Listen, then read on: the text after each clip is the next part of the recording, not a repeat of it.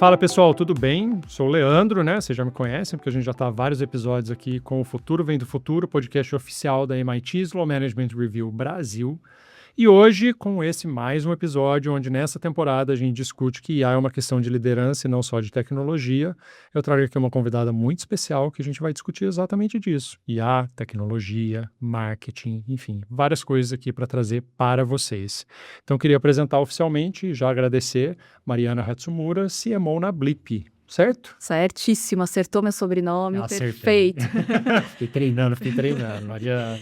Muito obrigada pelo convite, viu, Leandro? Estou super feliz de estar aqui, é um prazer. Imagina, a gente que agradece, Mariana. Eu sempre falo aqui que a gente começa sempre pelo começo, né? Obviamente, né? Tem que ir assim. E aí a gente queria conhecer um pouquinho de você, Mariana, assim. Então, para quem está te conhecendo agora, assim, quem é você, como é que você se apresentaria, a sua trajetória também, que eu acho que é muito importante isso, e também o seu papel na Blip. Legal, ótimo. Bom, eu sou a Mariana Hatsumura, tô VP de marketing na Blip há um ano, na verdade faço um ano agora em julho, então recente ali, mas vim de uma carreira de mais de 20 anos em multinacionais. Então foi nesses 3 últimos anos assim da minha carreira que eu comecei a atuar em empresas de tecnologia aqui no Brasil, mas fiz basicamente carreira em empresas em Big Techs, né? Então passei por IBM, passei por grandes marcas como Whirlpool, Sony lá no passado e fiquei a maior parte desse tempo na Microsoft. Então foram 12 anos e lá fiz um pouquinho de tudo, né? Então fui de marketing, trabalhei com parceiros, vendas, e nos meus últimos anos ali eu era líder do negócio de Azure aqui no Brasil. Então, vivi muita transformação ali, principalmente no período ali de pandemia. E aí, depois desses 12 anos, eu decidi sair desse mundo de multinacionais, de Big Techs e ir para o outro lado. Então, tomei a decisão de ir para a Caju, que é a empresa de benefícios, assumi como CMO ali. Sim, vi um outro lado, né? Perspectiva de empresa que nasce brasileira, que com esse nome, inclusive, né? Sim, mais brasileira do que isso é impossível. E agora fiquei lá quase 3 anos e depois eu vim para a Blip, empresa mineira também, 26 anos no mercado.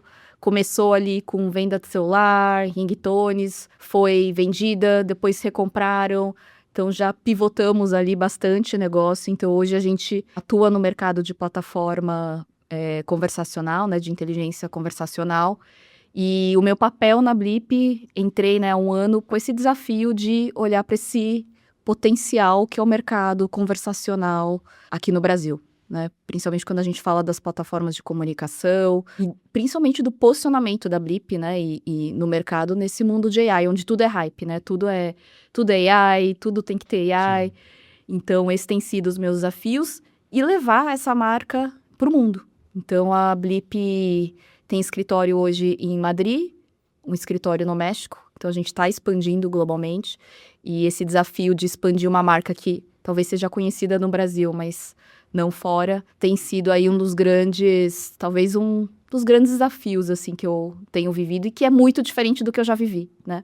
Eu sempre falo que eu, como funcionária, né, de empresas multinacionais, eu sempre era subsidiária, né? Sim. O peixe pequeno lá. E aí agora eu sou o contrário, eu sou o headquarter de uma empresa no Brasil, né, baseada no Brasil e, obviamente, trabalhando aí para o restante do mundo. Então, tá sendo bem bacana essa perspectiva. Muito bom. Justamente por isso, acho que a gente tem bastante coisa para explorar aqui, para conhecer um pouco mais e para pensar dessa experiência, da sua jornada e do seu conhecimento aí. E só antes da gente continuar, assim, acho que até vale até para a audiência comentar que o Roberto já veio aqui no Futuro Vem do Futuro, tem um episódio, não me lembro se é na temporada 4 ou na temporada 3, mas tá aí, quem quiser assistir também, um episódio sensacional. E ele é colunista nosso no MIT Sloan Management Review Brasil, também com excelentes artigos. Então fica aí a dica para a nossa audiência aí.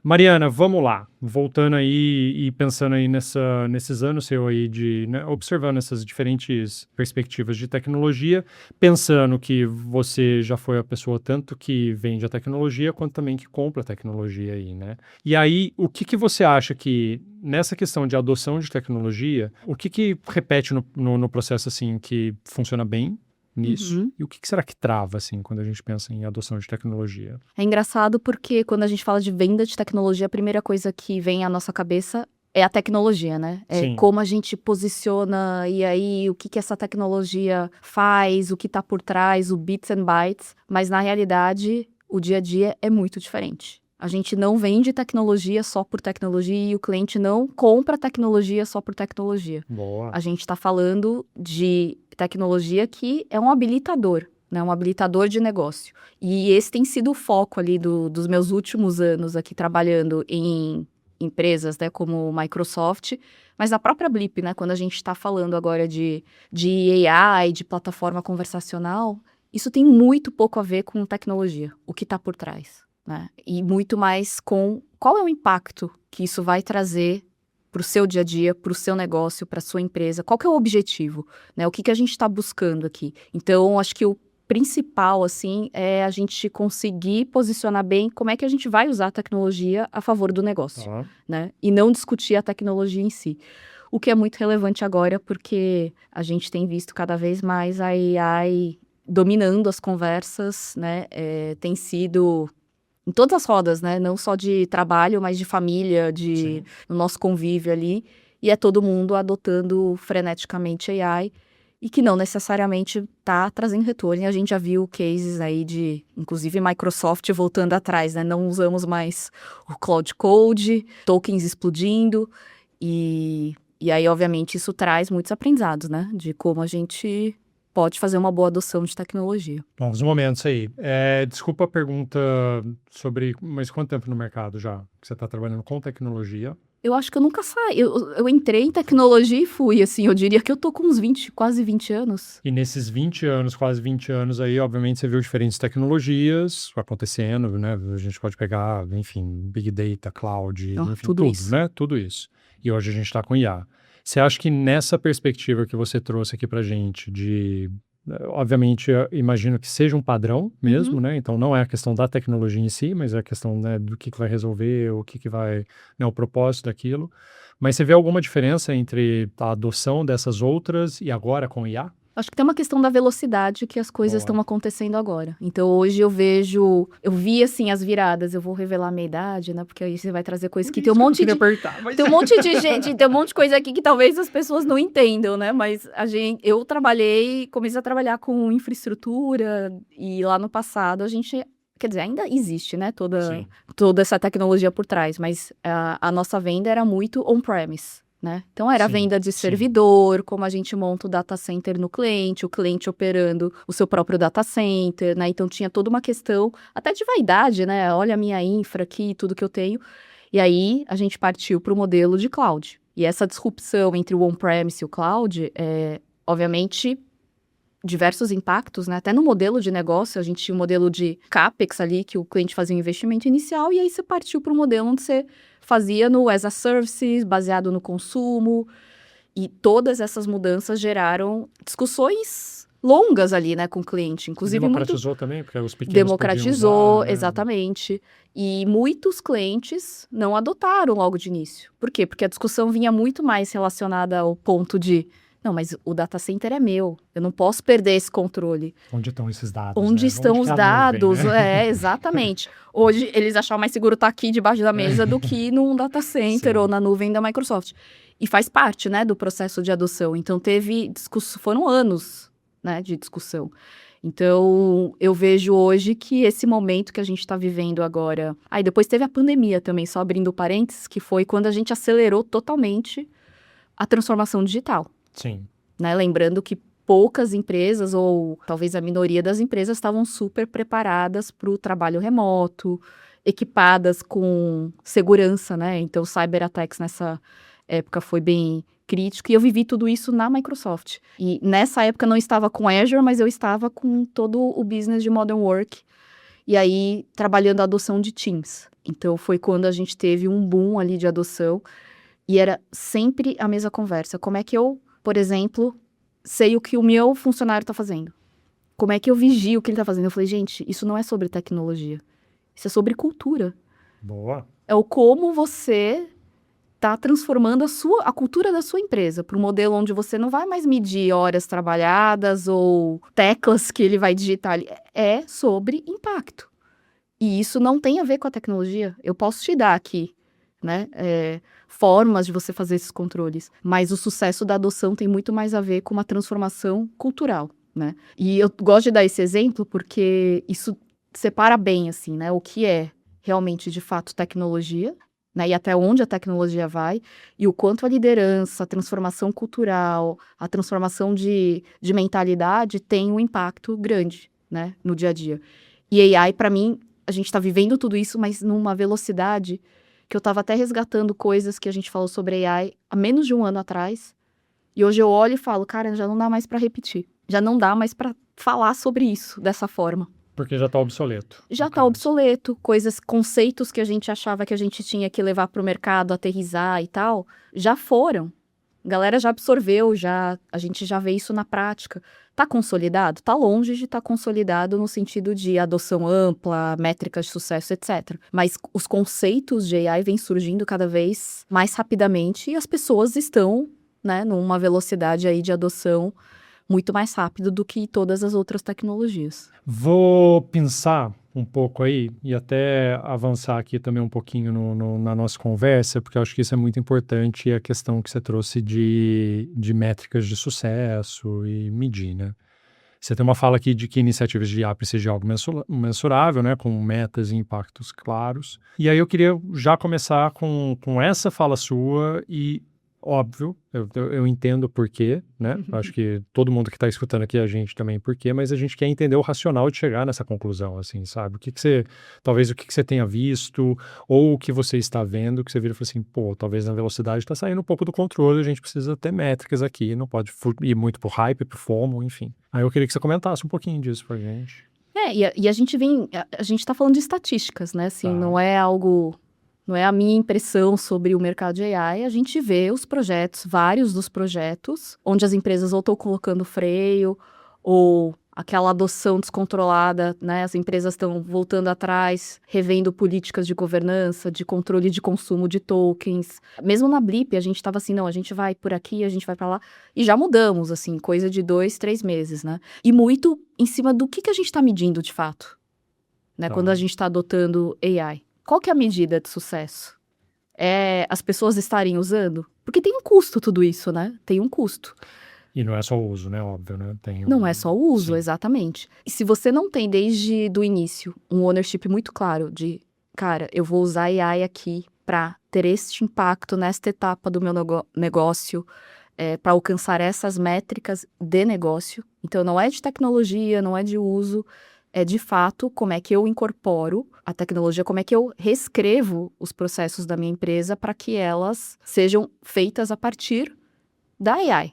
Porque muda a lógica, né, do negócio. O AI resolve muita coisa, talvez, que a gente resolvia por processo e por pessoas. Então, a melhor forma de você conseguir realmente impacto na AI é você revisar seus workflows e entender como é que você constrói isso a partir do uso da AI. E não pega uma adaptação do que você está fazendo hoje e põe AI no meio. Então, isso implica em você conseguir ter grandes medições de negócio, de impacto. Então, assim, quanto isso está realmente aumentando a minha conversão na ponta, o quanto eu estou conseguindo reduzir de tempo aqui, como é que eu gero mais valor para o cliente. Então, são métricas de negócio associadas aos projetos de AI que as empresas têm trazido. E a gente, como empresa que também não só vende AI, mas também está adotando AI, a gente colocou num OKR, acho que esse é um primeiro ponto. Todo mundo precisa usar AI. Todo mundo precisa ter um projeto. As diretorias têm que ter 4 projetos de AI. E nasceram vários, né? Assim, todo mundo tem um projeto de AI, tá todo mundo usando. E aí a gente está na etapa de, legal, mas qual dessas, de fato, são projetos que transformaram o nosso negócio e impactaram métricas de negócio, né? Tá. Porque são essas as iniciativas que vão perdurar. E, Mariana, mas aí, assim, puxando também isso que você falou, né? A gente coloca no OKR ali, tipo, vamos usar AI, né? Enfim, obviamente não deve estar assim, mas, né, métricas de uso de AI ali. E você trouxe também o aspecto da liderança, que é muito importante, óbvio. Como que você enxerga que seria a melhor forma de fazer isso sem que vire uma coisa indiscriminada também, até inclusive internamente? Porque óbvio, né? Você tem que estimular, não tem como você fugir disso. Sim. Tá democratizado, mesmo porque se ele não tá usando dentro do escritório, ele tá usando fora do escritório, ele tá, né? Algum lugar... Shadow AI, né? Exato, o famoso Shadow AI. Exato. Então, como que você estimula isso, mas ao mesmo tempo também não deixando, sabe, sair do controle, entendeu? Sim. Na nossa área especificamente, a gente resolveu adotar um processo que foi começando pela liderança. Legal. Então, assim, se a gente não tiver confortável em usar, em entender como isso vai impactar, a gente não tem como pedir para o time, não tem como medir o time nisso, como é que a gente vai dar o coaching ali e mentorar o time nessa transformação. Então, a gente resolveu liderar pelo exemplo, e aí a gente definiu, e aí eu tô falando bem da minha estrutura ali, né, de marketing e operações, então hoje tem um CEO que é responsável pelas duas áreas, e a gente pegou os líderes das duas organizações e a gente fez uma imersão, um workshop, na verdade, de 2, 3 dias. Quais são os meus grandes processos, problemas que eu quero resolver de negócio? A AI vai me ajudar? Sim ou não? E aí, qual que era o meu objetivo final? Que resultados eu estava esperando? E aí, a gente, em um mês, tinha que apresentar um projeto de assistente/agente baseado nessa discussão. E durante esse mês, a gente estava com a liberdade de usar AI livremente. Tá. Inclusive, escolha de plataforma, a gente fez um processo de exceção, tinha algumas ferramentas homologadas, e a gente foi a primeira área, por exemplo, até para entender qual era a ferramenta correta, o que funcionaria mais para a gente. E disso saíram 14 projetos que se multiplicaram para 20. Aí no meio do caminho a gente entendeu que o consumo de tokens era inviável para vários processos. Que isso é uma parte muito importante, porque às vezes as pessoas ainda não se atentaram a Não. isso, né, nesse custo, tá? E às vezes a gente aprende na prática, né? Porque assim, Sim. quem é que vai me ensinar quanto eu usar a AI aqui? Às vezes é na prática mesmo, né? E aí a gente foi, não, gente, mas tem um jeito aqui da gente economizar tokens. Vamos fazer isso, vamos trabalhar dessa forma. Então foram 3 meses onde a gente ficou nesse grupo de discussão com calls diários, de plantão de dúvidas, com recursos de AI, de arquitetos de AI, time de tecnologia com a gente, para tirar dúvidas, para a gente ir evoluindo nesse uso. Então, a gente tirou aprendizados gigantes, a gente conseguiu, inclusive, definir, cara, acho que essa é a melhor plataforma para a gente operar, e a gente opera dessa forma, e agora a gente vai começar a expandir isso para os times. Então, a gente está nesse processo do vamos onboardar o time aqui também, nessa jornada aqui de adoção, e aí sim escalar o uso. Mas já com muito aprendizados, já com guardrails muito firmes ali, né, de até onde a gente pode ir, a questão de custos também, com diretrizes. Então, já temos governança que a gente colocou no time. Então, como a gente fez? Usando e testando na prática, óbvio, né, de maneira controlada, num ambiente controlado ali, e começando de cima para baixo. Então, a gente dando exemplo. Já vem formatado, né, em como fazer, e eu acho que isso facilita muito. A gente tem tanto observado, e eu acho que já tem alguns estudos assim, de quais são os aspectos de liderança que facilitam esse processo de adoção de inteligência artificial. E é muito legal você trazer isso, muito interessante, porque uma das competências, né, ali, primeiro, a segurança psicológica, porque é um momento de muita incerteza, né? Então a gente tem que passar isso para os nossos times. E a segunda coisa é o tal do walk the talk, que foi exatamente o que você falou, né? É servir de exemplo, né? Então, como é que eu, líder, vou falar assim, ó, vamos usar AI assim, assim, assado, se eu não faço o próprio uso, né? Então, acho que tem muito isso, assim, na liderança. Muito legal. Eu não sabia desses skills, assim, mas faz muito sentido, né? Faz muito sentido. Então, foi isso que a gente falou, gente, se eu não tenho, talvez, o poder de fala de exigir alguma coisa que eu desconheço totalmente. E a gente, assim, no dia a dia ali, foi muito legal o grupo que a gente criou, porque foi quase que um ambiente seguro pra gente errar. E aí, essa questão da segurança psicológica, mesmo entre nós, liderança. Sim. Gente, aconteceu isso, alguém sabe o que fazer aqui? Nossa, tá dando erro aqui, como é que eu volto atrás e tal? Então, também criar esse ambiente onde a gente pudesse estar vulnerável ali, porque a gente tá aprendendo, foi super importante, é importante, inclusive, pra gente continuar evoluindo. A gente tá longe de ter completado um ciclo. Acho que a gente conseguiu sair do lugar, sabe? Quase que sair ali do processo que demoraria, talvez, né? Muito mais se a gente fosse mais organicamente no processo. Sim. E é um momento de muita incerteza, né? Então tem que errar, né? No final das Tem que contas, errar, né? tem que errar pra fazer gente aprender, experimento. exato. Exatamente. Eu sou um pouco às vezes um pouco contra a cultura do erro sem Consequências. consequência, né? Não pode, vamos errar, vamos errar, vamos errar. Não é isso, é um experimento, né? Então você tem que gerar um experimento e daqueles erros ou falhas ali, né? Não vou nem falar erro, mas as falhas mesmo ali daquele experimento, você gera os aprendizados para conseguir evoluir melhor, né? Exato. Então não é o erro pelo erro, né? Uhum. Agora, uma outra pergunta que eu fiquei curioso aí na hora que você estava falando a respeito de, né, de vocês se preparando como liderança para depois levar para os times, né?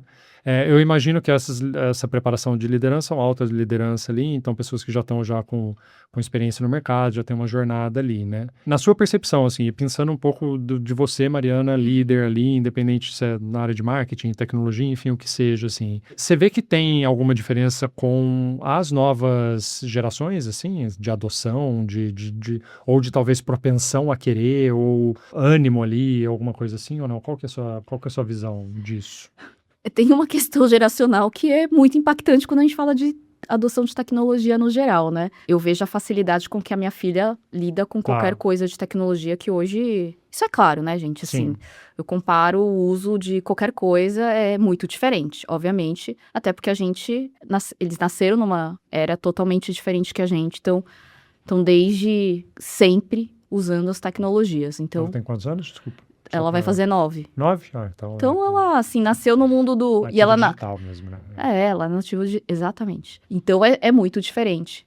Mas no trabalho especificamente, eu vejo uma certa resistência. E aí eu li alguns artigos, algumas pesquisas ali, trazendo um pouco desse dado de que a camada ali mais de entrada, muitas vezes tem resistência em adotar AI. Tá. Com medo de perder o trabalho. Tá. Então, a forma como a gente trabalha nesse nível, né, com os nossos times, nesse processo todo de adoção, tem que ser muito cuidadoso, né? Então, essa questão da segurança psicológica, de como a gente vai fazer, tal, tem que ser um processo diferente. Porque ali é menos sobre, eu tenho a cabeça aberta para adotar novas tecnologias, a gente sabe que sim, e muito mais assim, é o meu emprego que está em jogo. Tá.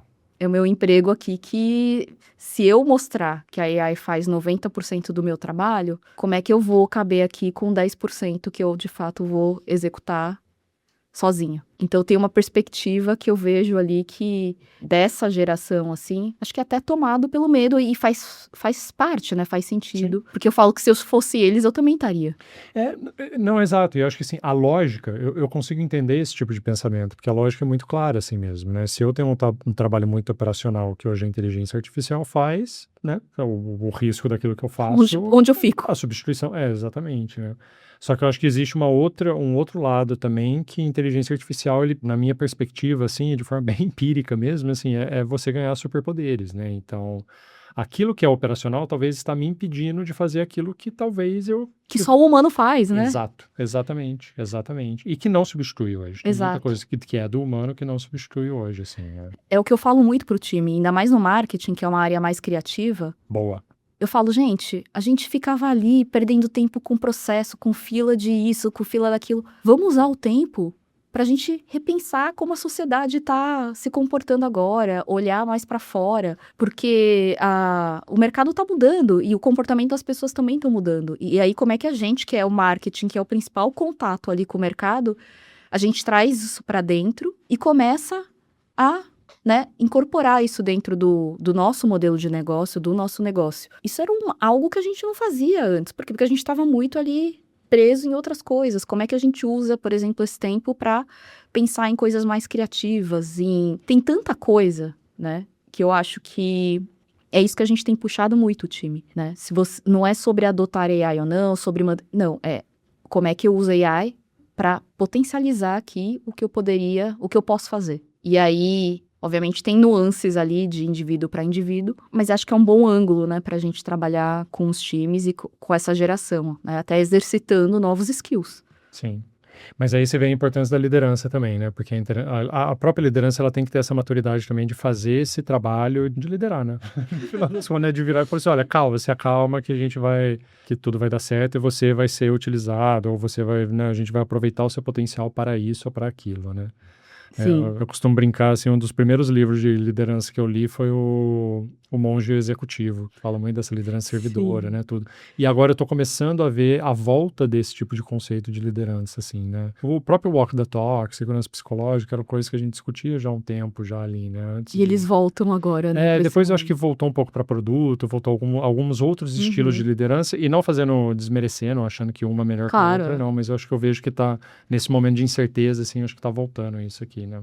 Até porque você precisa de humildade, né, nesse momento, Exatamente. pra Porque você não falar sabe, de né, acabou aquilo, tipo, você sabe tudo, né. exato. É. Então, a gente volta pra esse lugar onde realmente eu me dar esse espaço, né, pra aprender junto, pra ir crescendo, evoluindo, eu acho que faz todo sentido. Exatamente. E eu acho que você trouxe um ponto muito importante, que é a humildade no sentido de, tudo bem, eu tenho toda uma experiência, tenho toda uma jornada, tenho tudo isso, mas às vezes não é sobre o conhecimento em si, mas são as habilidades que você pegou nessa jornada, que agora vão te servir, mas as habilidades muito humanas e não necessariamente as técnicas, né, ali, né. Não, gente, e isso eu falo, o que você tem feito, né, nessa época? As pessoas me perguntam, com AI, com empresa que é de tecnologia, tá vendendo AI para o mercado, você tem que adotar AI. Eu falo, gente, a principal habilidade, assim, que eu uso diariamente é de liderança. É a habilidade de conseguir fazer a gestão de mudança no time, de fazer a Boa. leitura das pessoas, né, dentro do time, entender quais são as áreas que eu vou precisar mudar. E o design organizacional tá evoluindo junto, né? Sim. Hoje a gente já começa a pensar, tá, aqui eu tenho um agente e tenho uma pessoa, times híbridos. Então essa evolução, eu não tenho a receita de como Sim. isso vai funcionar e de se vai dar certo, mas é um papel que a gente tá tendo que aprender junto ali na prática, né? E muitas vezes é tentando, a gente vai, faz, mas acho que mais do que nunca, skills de liderança têm ficado cada vez mais fortes. Muito bom, muito bom. Mariana, vamos lá, vamos voltar agora um pouquinho da questão de adoção. Não, o papo foi ótimo, assim, eu acho que esse tipo de coisa a gente precisa trazer, né? Mesmo porque o tema nosso é uma questão de liderança, né? Uhum. Eu acho que essas coisas às vezes parecem óbvias, mas o óbvio sempre precisa ser falado, Com né? Para ser certeza. reforçado isso, né? E eu acho que tem muito líder que tá com essa dor, né, de tipo: "Putz, o que que eu faço? Como que eu trato isso? Como que eu trato aquilo? E agora, né? Tem que testar junto também, vou falhar, não vou?", enfim, acho que isso é uma coisa muito, muito boa. Mas vamos falar a respeito de voltar um pouco, assim, na questão de adoção, assim, né, de tecnologia. E aí eu vejo que, ainda voltando de lideranças, sempre quando a gente fala de tecnologia em si, e vamos trazer para AI, que é isso que a gente está Uhum. conversando, existe uma questão de compro ou construo, né? O que que eu faço ali, né? Pensando em agentes, pensando em, enfim, todo esse arcabouço, assim, stack de AI que a gente tem hoje, né? Compro ou construo, assim. Na sua experiência, o que que é tomar uma decisão dessa de forma sólida mesmo, assim? O que que deve ser levado em conta e como que essas lideranças encaram isso mesmo, assim, né? Então conta um pouquinho pra gente disso.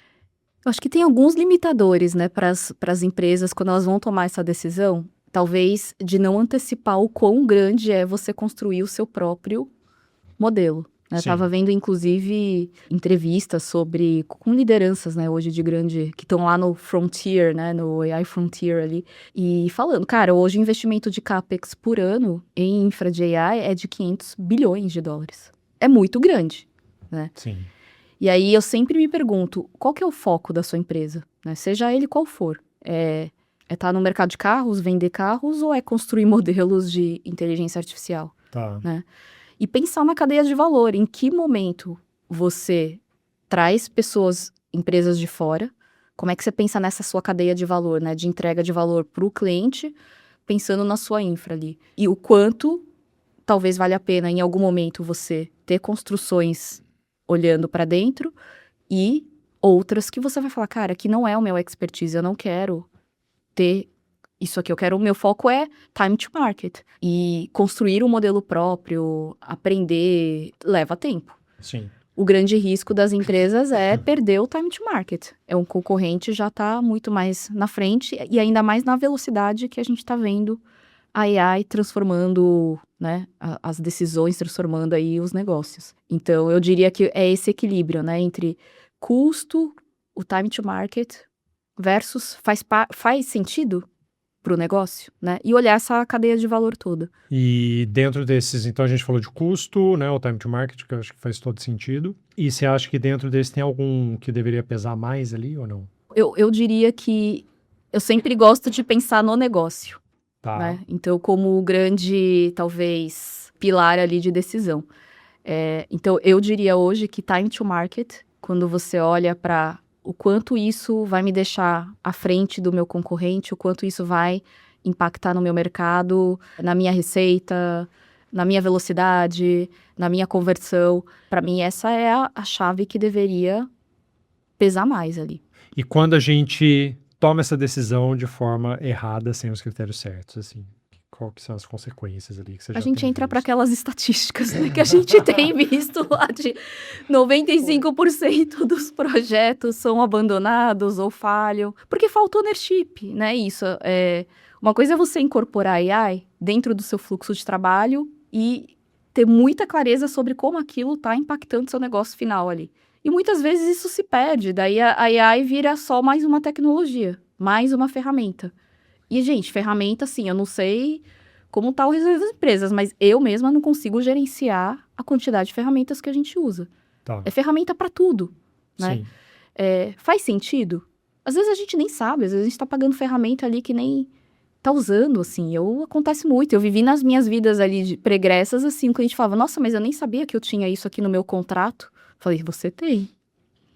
E é isso, né? Por quê? Porque a tecnologia, pela tecnologia, ela vira uma linha de custo, né? Para qualquer negócio. Agora, quando você pensa no quanto a tecnologia pode realmente transformar o seu negócio, aí ele vira um habilitador de receita, habilitador de crescimento, que é isso que a gente quer.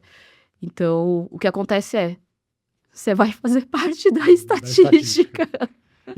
Inclusive é um estudo do MIT mesmo. Exato. 95% dos pilotos não A saem. gente usa muito esse estudo, assim. Logo que ele saiu, a gente, inclusive, fez o nosso evento flagship e, basicamente, a abertura do Roberto foi em cima do estudo do MIT. Esse estudo é uma coisa interessante, assim, que você trouxe, né? A respeito das ferramentas, né? O quão importante é você olhar para o processo. E, assim, não é você colocar a ferramenta no processo, é você repensar tudo e aí ver com aquela ferramenta o que vai se encaixando com aquilo, né? Porque às vezes as pessoas simplesmente pegam um processo e falam assim, deixa eu automatizar isso aqui com isso, vou colocar um agente aqui. E às vezes é só garbage in, garbage out, assim, sabe? Exatamente. Não tá gerando nenhum valor, assim, né? E você sabe que eu vejo as empresas que são AI native, Tá. onde elas já começam o desenho de toda a sua organização, processo, etc., com AI, elas são muito mais ágeis. Sim. Elas conseguem redesenhar do zero, né? Tipo, dado que eu tenho AI, que eu tenho tudo isso aqui disponível, como é que eu vou criar minha empresa? E aí você vê aquelas empresas lá, né? A primeira empresa avaliada em 1 bi né? Qual é a próxima empresa de 1 bi em 6 meses e tal? Nunca, não vou nem... Não vou falar nunca, porque eu não tenho esse poder há muito tempo.